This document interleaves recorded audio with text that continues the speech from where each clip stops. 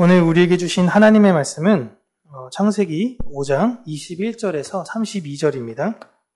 5장 21절에서 32절까지 우리 함께 한 목소리로 읽겠습니다.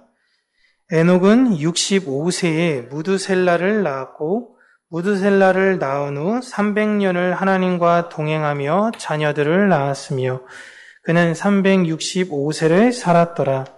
에녹이 하나님과 동행하더니 하나님이 그를 데려가심으로 세상이 있지 아니하였더라.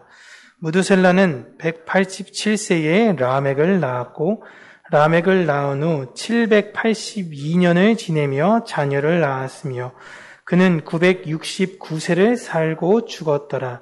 라멕은 182세의 아들을 낳고 이름을 노아라 하여 이르되 여호와께서 땅을 저주하심으로 수고롭게 일하는 우리를 이 아들이 아니하리라 하였더라. 라멕은 노아를 낳은 후 595년을 지내며 아들을 낳았으며 그는 777세를 살고 죽었더라.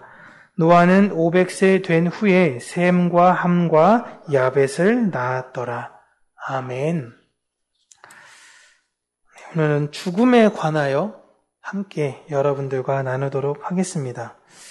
오늘 본문을 보시면 첫 자연사가 등장하는 구절입니다. 지난주 보셨던 표를 우리가 다시 한번 볼게요.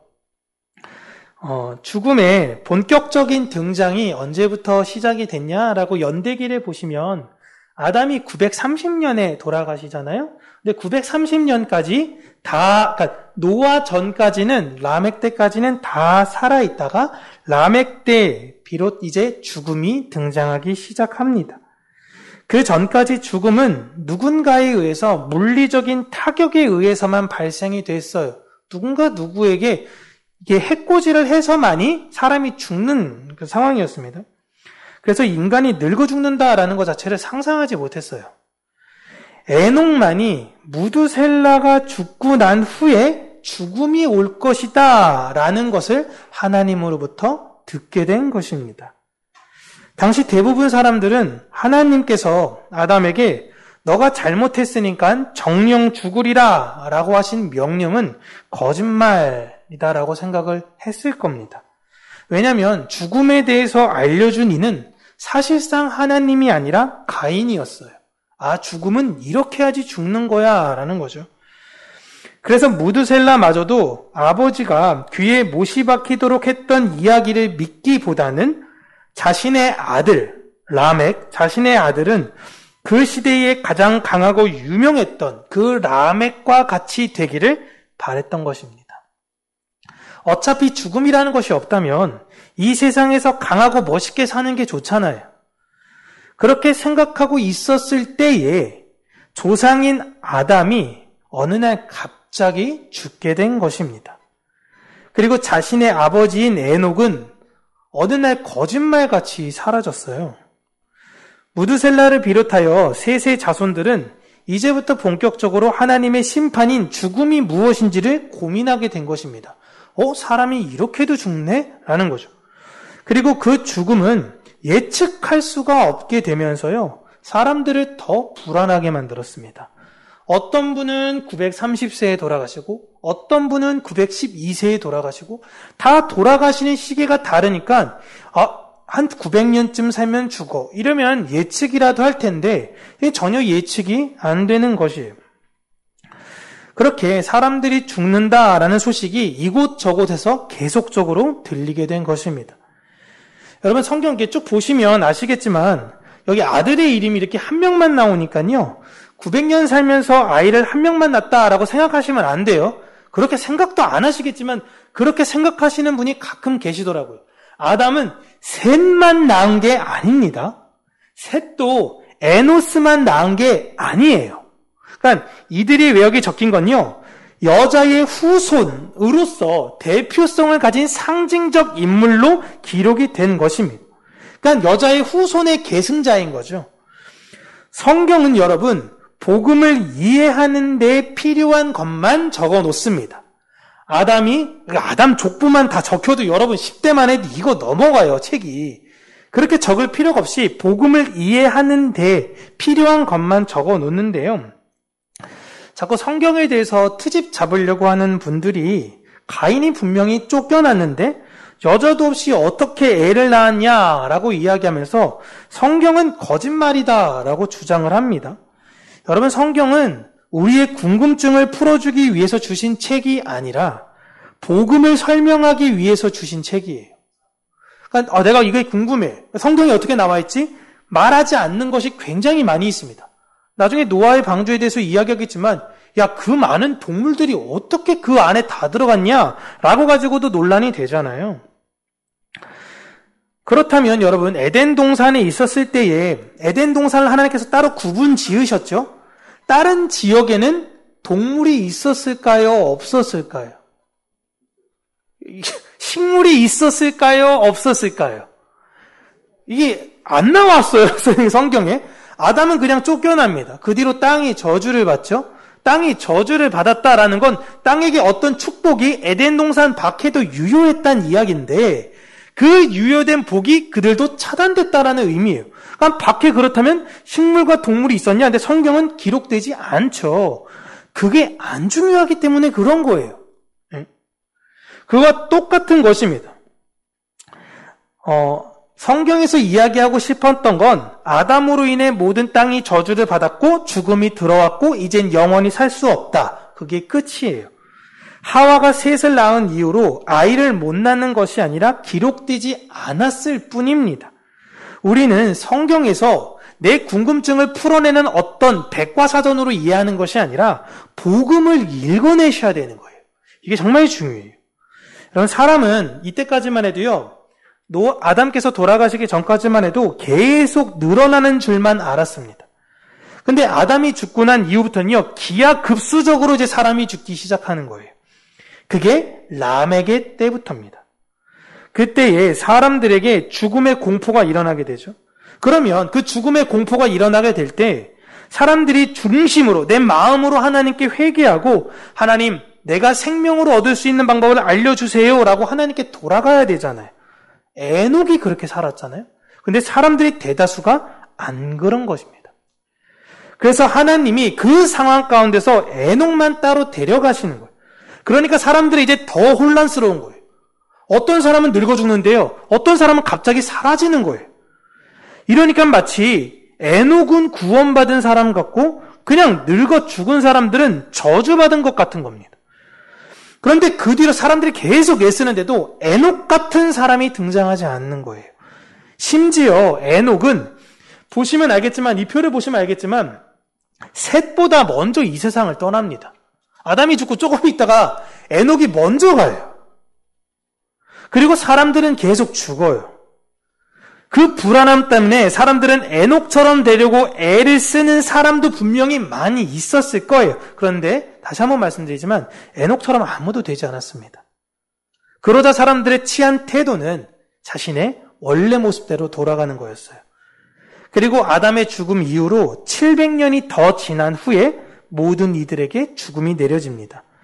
그때까지 사람들은 자신의 일상대로 살았다라고 성경은 기술하고 있어요.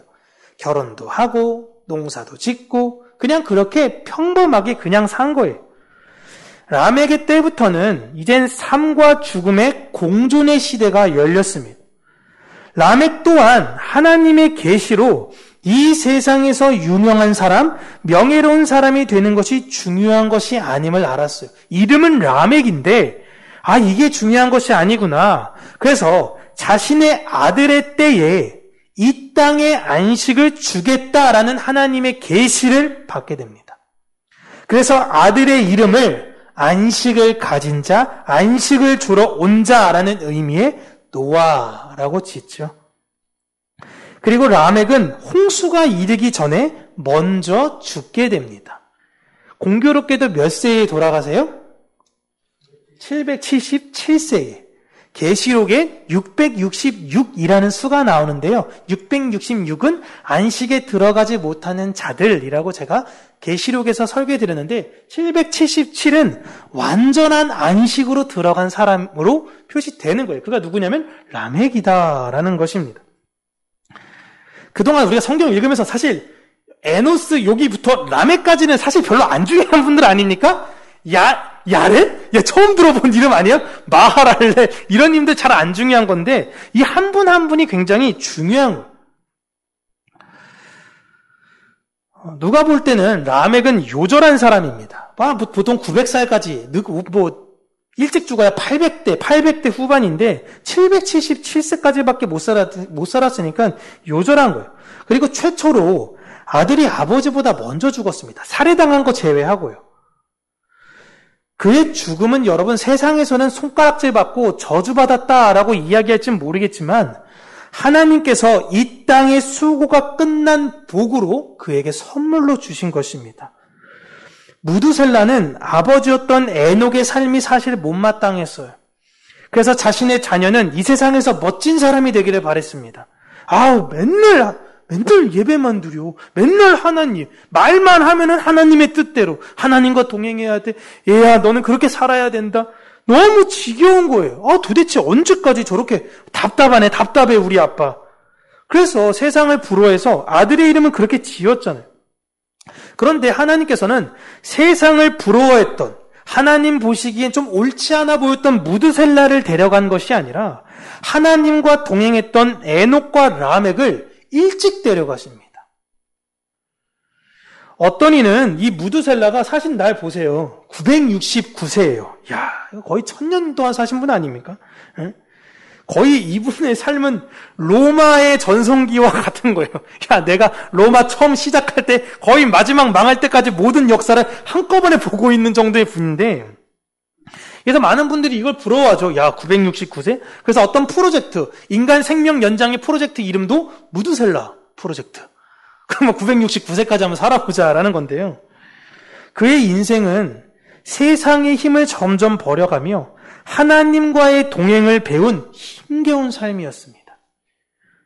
그리고 무드셀라는 늦지막히 낳았던 손자인 노아가 새 아들을 낳으며 하나님의 약속을 준비하는 것을 보면서요, 자신이 그토록 부러워했던 라멕과 그 새 아들의 그 삶은 하나님과 동행하는 삶이 아닌 것을 깨달아갔던 거예요.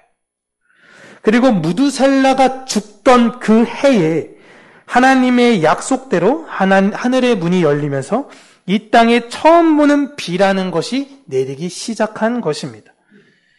그 비가 어떤 이에게는 죽음이 아니라 안식으로 들어가는 세례예요.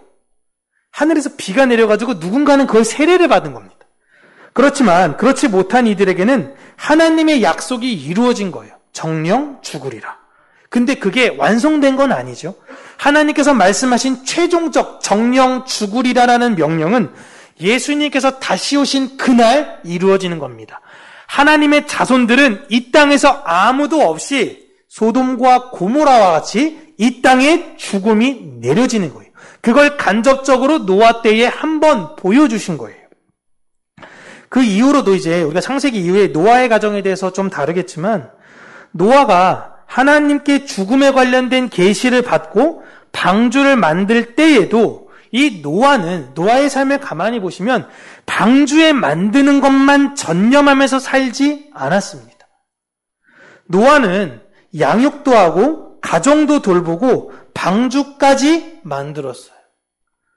이 모습이 가장으로서 이 시대에 우리들이 자녀들과도 친밀하게 교제하고 양육하고 세상에서도 열심히 일을 하고 이젠 교회도 세워가는 거예요. 그 교회를 세우는 게 뭐예요? 방주를 만드는 겁니다. 라멕도 그랬고요. 에녹도 마찬가지로 살았어요.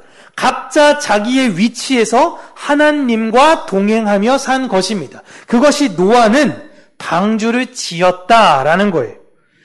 에녹과 라멕, 노아는 계시를 받고 나서 어디 기도원에 갑자기 가거나 자기들끼리만 모여서 다미선교회처럼 마지막 날을 준비하지 않았습니다. 에녹은 자식도 없고요, 가정도 없고 직장도 없는 수도사가 아니었어요. 그는 아이들의 아버지였고요, 한 여자의 남편이었고, 한 집안의 가장이었으며, 한 부족의 족장이었고, 패역한 죄인들 사이에서 열심히 전도를 했던 사람이었습니다. 여기 있는 분들이 다 그 삶을 살았던 분들이에요. 노아는 방주를 짓는 것으로 보인 거죠. 여러분 제가 자꾸 말씀드리니까 에녹과 노아에 대해서 혹은 라멕에 대해서 좀 이 사람들 특별한 사람들, 여기 있는 이 10명 특별한 사람들 아닌가라고 생각하지 마세요. 평범한 가장의 모습인 것입니다. 노아의 세 아들이 점점 자라가면서 아버지와 함께 방주를 만들었겠죠. 노아가 세 아들을 500세에 낳았는데 500세에 신탁받고 나서 방주를 만들었으니까 갓난아기들이 만들 수 없잖아요. 그러니까 자기가 혼자 열심히 하고 혹시 주변 사람들도 도와줬겠지만 점점 이 아이들이 자라가면서 함께 아버지를 도와 방주를 세웠겠죠. 그게 뭐예요, 여러분? 상징하는 게.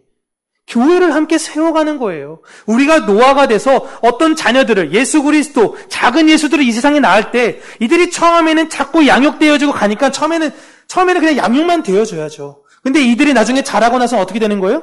함께 교회를 세워가는 것입니다. 이 교회의 모습을 그대로 노아와 그 가정이 보여주고 있는 거예요. 노아가 1556년에 방주를 만들었습니다.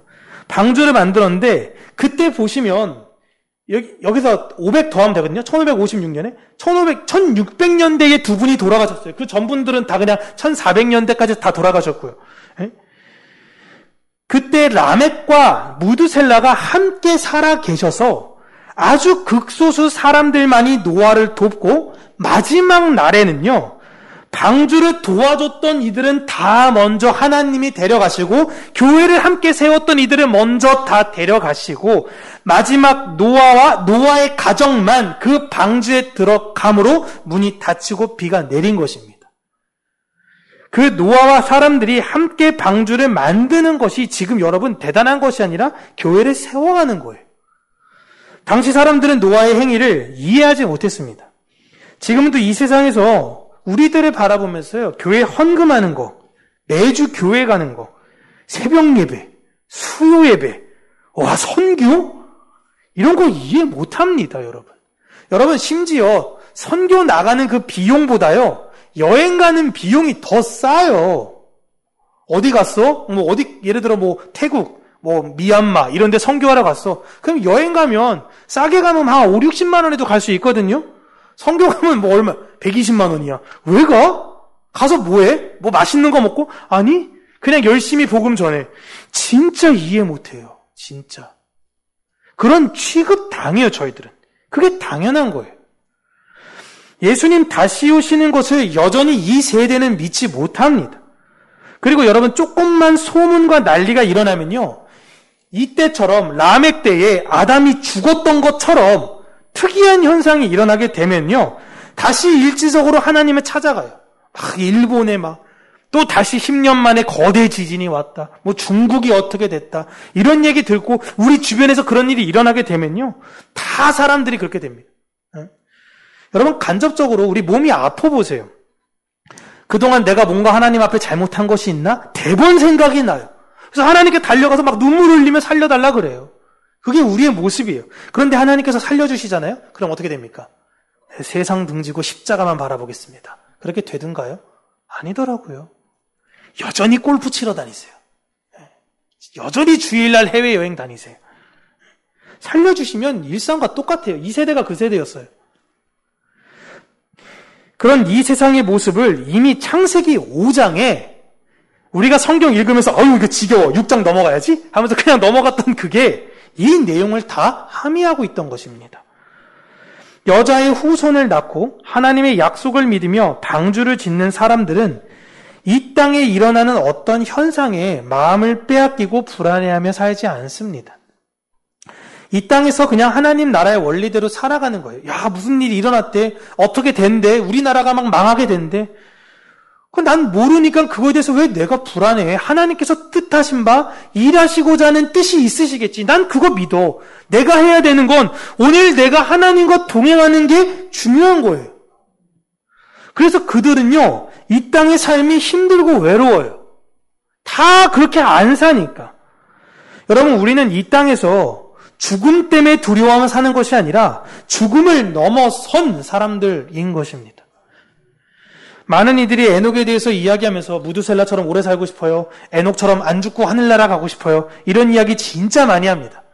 에녹이 하나님과 동행했더니 라는 것보다 에녹이 죽지 않고 하나님이 데려가셨다. 요 문장에 관심 있는 사람들이 훨씬 많아요.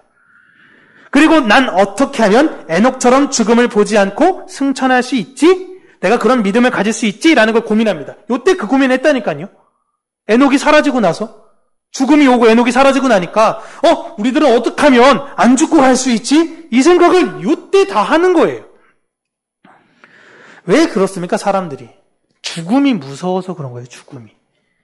라멕 당시에도 다 그 죽음을 두려워했던 거예요. 그런데 얼마 지나지 않아 할 수 있는 게 없네. 그러니까 원위치 되는 거죠. 에녹의 삶은 예수님을 믿고 영생이라는 것을 상으로 얻은 자의 삶이었습니다. 그렇다면 에녹의 삶은 상으로 이미 예수 그리스도를 얻었어요. 그러면 이미 그 삶이 영생의 삶이다라는 뜻이에요. 그러니까 영생이라는 건 여러분, 우리가 죽고 나면 이루어지는 게 아니라 성경에서는 하나님과 함께 살아가는 그 순간 영생이에요. 내가 오늘 하나님과 살아가냐? 나는 영생인 거예요. 그게 아니면 어떻게 돼요? 영생이 아닌 거예요. 또 다른 영생이긴 하죠. 죽음으로서의 영생. 에녹이 육신의 죽음을 보지 않고 승천한 건 여러분 사실 중요한 게 아닙니다.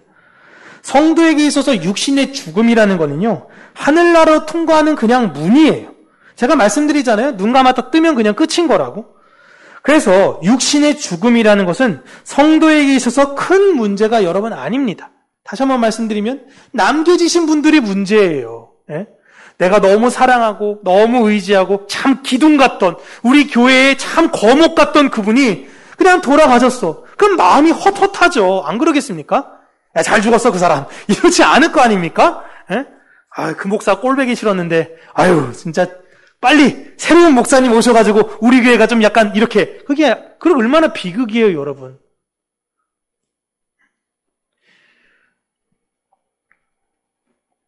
남겨진 분들이 항상 죽음에 있어서는 더 문제니까 여러분 우리가 죽음을 맞이할 때는 당당해지셔야 되는 거예요.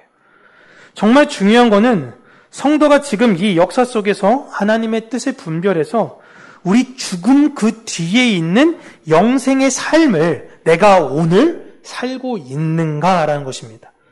성도는 지금 이 세상에서 예수를 믿고 살아나서 이미 영생의 맛을 보고 있는 자들만이 영생으로 이어지는 승천을 하는 거예요.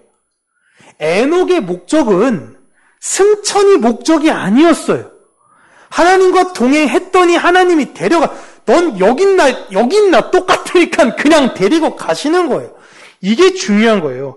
영생은 죽고 나서 이루어지는 것이 아니라 자꾸만 우리 머릿속에 신과 함께 무슨 옛날 염라대왕, 옥황상제 이런 옛날 동화 속의 그 생각으로 성경을 해석하니까 죽고 나면 다 줄 서 한 명씩 판결하고 가고 무슨 재판장처럼, 물론 성경에도 그렇게 이야기는 하지만 그렇게만 생각하니까 우리가 오해하는데 영생은 죽고 나서가 아니라 지금 이루어야 되는 거예요. 지금. 그렇게 하나님과의 동행하는 모습을 보이면서 우리는 사는데 그 동행의 모습은 우리의 일상생활 속에서 시작이 되는 겁니다. 하나님과 동행한다라는 건요, 거창한 게 아니라 하나님 나라, 그 천국에 있는 방법인 그 방법으로 다른 이들을 섬겨주고 이해하고 사랑하는 거예요. 우리는 세상을 자꾸만 이렇게 사랑하고 이해하려고 애쓰는데 세상은 끝까지 우리를 조롱하며 방해한다라는 것을 성경이 우리에게 기술해 주셨어요. 그게 맞다라는 거예요. 우리가 열심히 사랑하고 열심히 인내하고 열심히 그들을 위해서 무언가 하는데 그들은 우리를 모르고 오히려 조롱하고 멸시한다라는 거예요. 이상하게 여기지 마. 이게 원래 맞아? 그러니까 여러분이 세상에서 무언가 진짜 이게 이래서 이게 안 돼. 계속 하면 안 돼. 막 이러면서 마음 가운데 몇 번 도와주려다가 막 포기하고 싶은 마음이 생기기도 하고 배신도 당하기도 하고 막 그런 상황이 생길 때 내 마음이 무너지지만 이게 맞구나. 그러면 마음이 어떻게 돼요? 나 이제부터 악하게 살 거야. 내가 이제 여태까지 호구로 사는 거 포기할 거야. 난 이제부터 교활하게 살 거야. 나도 너희들 짓밟아가면서 살 거야. 이게 세상의 방법이에요. 그걸 선택하지 말아야 한다라고 성경이 기술하고 있어요. 정말 이 세상의 모습 그대로 보여주고 있지 않습니까? 세상에 어느 종교가 이렇게 이야기를 해요. 그러니까 우리는 그들의 핍박과 고난을 잘 이겨내셔야 돼요. 여러분, 예수 그리스도의 재림에 관해서 이야기를 가장 많이 한 책은요, 데살로니가 전서입니다. 그 서신서에 예수 그리스도의 재림을 이야기하면서 성도들에게 야, 이제 예수님 곧 오실 거니까 직장 때려쳐. 결혼하지 마. 야, 가정도 버려. 야, 아내가 안 믿어? 남편이 안 믿어? 야, 가정 이혼해. 이렇게 하면서 주님을 대비하라. 이렇게 가르치지 않습니다. 기도원에 모여라. 수도원에 모여라. 이렇게 가르치지 않아요. 오히려 더 현실적인 삶을 살라고 강조합니다. 이웃을 더 열심히 사랑하라라는 거예요.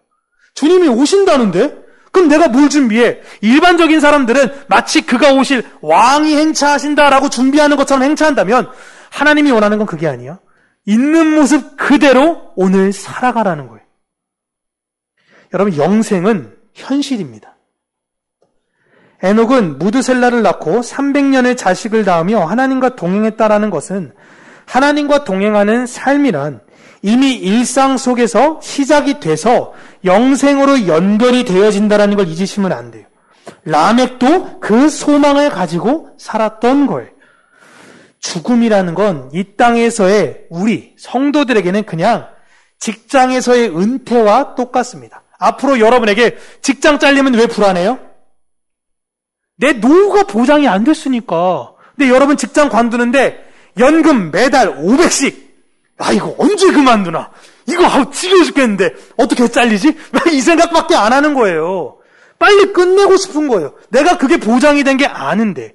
성도가 뭐예요? 그걸 확실히 믿는 거예요. 그러니까 내 은퇴 날만 바라보고 있는 거예요. 근데 은퇴 날 대충 사는 게 아니라 최선을 다해서 사는 거죠. 하나님과 동행하는 건 여러분 다시 한번 말씀드리지만 대단한 일을 하라는 것이 아닙니다. 너무나 유명한 임상심리학자인 조던 피터슨이라는 분이 계세요.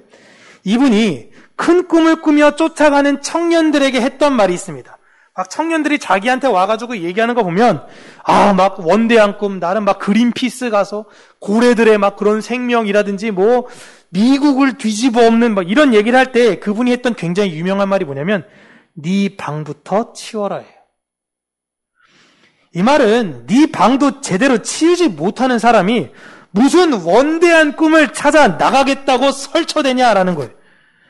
네가 그렇게 하는 이유는 자신의 내 현실을 도피하고 내가 생각하는 원대한 꿈 속에 나를 포장해서 주변 사람들에게 인정받고 싶은 거 아니냐라는 팩폭을 날려요.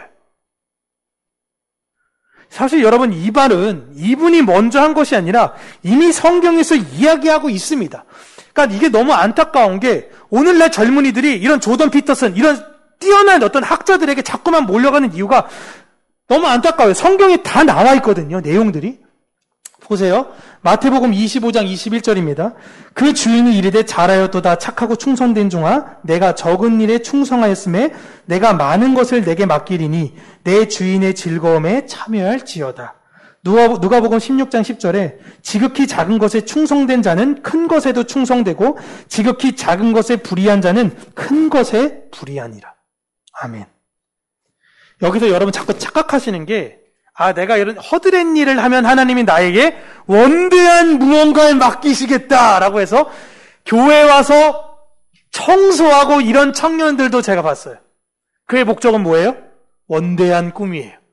하나님 나를 대그릇으로 사용하여 주시옵소서. 그러려면 어떻게 해야 돼? 작은 것부터 해야 되네? 예수님 그거 이야기하는 게 아니에요, 여러분. 여기에서 이 적은 것은요, 이 땅의 삶을 말하는 거예요. 큰 건 그러면 뭐예요? 하늘나라의 삶을 말하고 있는 것입니다. 이 땅에서 하나님 안 보인다고 내 유익만을 위해서 내 안에 숨길 수 없는 나의 유익의 그 본능에 따라 살다가는 큰 것인 하나님 나라의 삶을 경험할 수 없다라는 게 이거의 이야기예요. 그러니까 회사 사장님들이 종업원을 구했는데 종업원들이 내 눈 보일 땐 잘해. 내 눈에 안 보일 땐 막 그냥 농땡이 피워. 에? 그러면 그걸 기뻐하겠냐라는 겁니다. 자꾸 하나님의 비전, 하나님의 꿈, 우리가 하나님의 그 희망과 소망을 담아서 뭘 하겠다라는 거창한 거 생각하시면 안 되는 거예요. 막 교회 가면요, 그 교회들을 다 부정하는 것은 아니지만 교회 배가운동, 100명의 선교사 파송, 100개의 교회 짓기 이런 거 왜 할까요? 해야죠. 근데 왜 할까요? 사람은요, 여러분, 목적이 있어야 동기가 부여돼요. 아십니까? 사실상 매년 저희가 이게 비전이라고 걸지만 사실상 우리의 비전은 이미 다 나왔잖아요.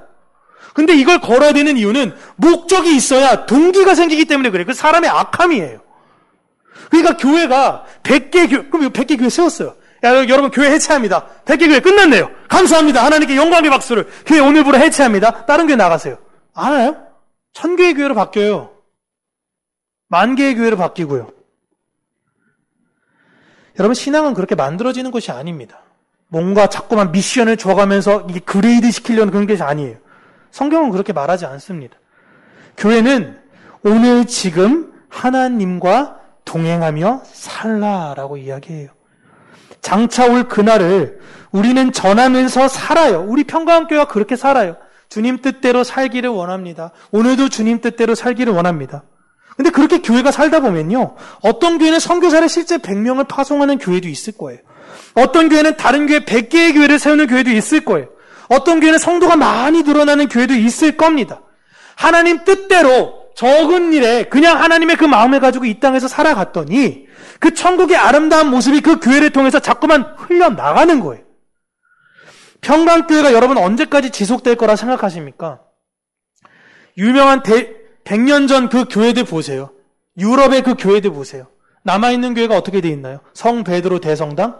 관광지 아닙니까? 예? 이탈리아의 그 수많은 그 성당들 다 관광지예요. 체코 마찬가지고요. 평강교회가 언제까지 지속될 거라고 보세요? 우리의 마지막이 언제 어떻게 일어날지 여러분 몰라요. 그래서 슬픈 얘기긴 한데 그걸 바라보고 달리는 건 아니죠. 여러분 오늘 여러분 돌아가신다면 여러분 오늘 천국에 가실 수 있으시나요? 제가 지금 여러분들에게 전하는 이 설교가 저에게나 여러분에게나 마지막 설교가 될 수도 있는 거예요. 근데 여러분이 마지막 들었던 설교가 복 받아라. 이렇게 하면 하나님이 축복 준다. 그게 내 마지막 설교였네. 그리고 그렇게 돼서 목사님 말씀이 맞는 줄 알고 열심히 살았네. 죽었는데 아니네. 하나님이 하루의 기회를 주겠대. 야, 복수하고 와. 그럼 어떡할 거예요, 여러분? 야, 복수하고 와. 그 목사 멱살 잡지 않겠습니까? 내가 진짜, 내가 너 진짜 가만 안 둬. 너 때문에 속아가지고. 여러분이 마지막, 이게 오늘 마지막으로 사랑하는 가족과 이웃에게 마지막으로 여러분이 한 이야기를 전한다면 여러분 무엇을 남기시겠어요, 이 땅에서? 예수 믿어. 이겁니까? 아니면, 통장 비밀번호는, 야, 내가 몰래 모아놓은 주식이 여기 있었는데, 이거 갖고 싸우지 마라. 누구누구에게 나누고. 예? 여러분, 진짜 마지막에 여러분이 어떤 말일까요? 그게 나잖아요. 그 마지막 말이 내가 하잖아요. 나잖아요. 거창하고 화려하고 멋있게 사는 것이 아니라 오늘 주님의 은혜와 사랑 안에서 살아가는 우리 평강교회가 되었으면 좋겠습니다. 이 땅에서 우린 여러분 영생을 가졌어요. 영생을 가졌어요. 이제 더 이상 사실상은 우리에게 필요한 건 없어요. 우리가 지금 돈 벌고 이런 건 그냥 좀 덜 불편하기 위해서 있는 것일 뿐이지 실상 이것이 우리를 삼키지 못해요, 여러분. 이거에 너무 두려워하지 마세요. 또 제가 설교 때는 그래 하다가 또 월요일 가면 아이고 아니지 또 이렇게 되지 마시고 두려워하지 마세요. 영생을 여러분 나누세요. 이웃에게. 그들이 조롱하고 그들이 우리를 핍박하고 부시한다 하여도 그들이 여러 두려움과 여러 그 불안 가운데 사는 그들에게 너 예수님 믿었으면 좋겠어. 정신 나간 소리 안 해? 근데 그걸 보이면 되잖아요. 넌 왜 이렇게 당당해? 넌 뭐 이렇게 믿는 구석 있어? 소문이 막 나는 거예요. 아빠가 대단한 사람이야. 거짓 소문이 막 나는 거죠. 그래, 내 아버지는 하나님이시다. 이런 당당함으로 여러분 사셨으면 좋겠습니다. 기도하겠습니다. 참 좋으신 하나님 아버지, 우리가 이 세상을 살면서 어떤 삶을 살아야 되는 것인가, 내가 어떤 이름을 남겨야 되며 사는 것인가 라는 것에 집착하면서 사는 것이 아니라 오늘 하나님 나라와 그의 영광을 위해서 살아가는 우리 평강교회 모든 성도님들이 되어지기를 간절히 간구하고 원합니다. 그 은혜를 우리 심령 가운데 새기시고 우리가 죽음을 두려워하는 것이 아닌 죽음을 극복하는 자로 이 현실의 영생의 삶으로 살아내는 우리 평강교회 모든 성도님들이 되게 하여 주시옵소서.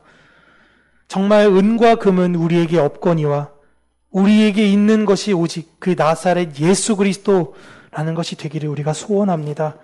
우리 교회가 하나님의 보시기에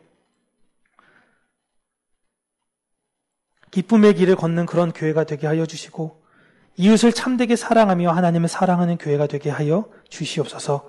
예수님 이름으로 기도합니다. 아멘.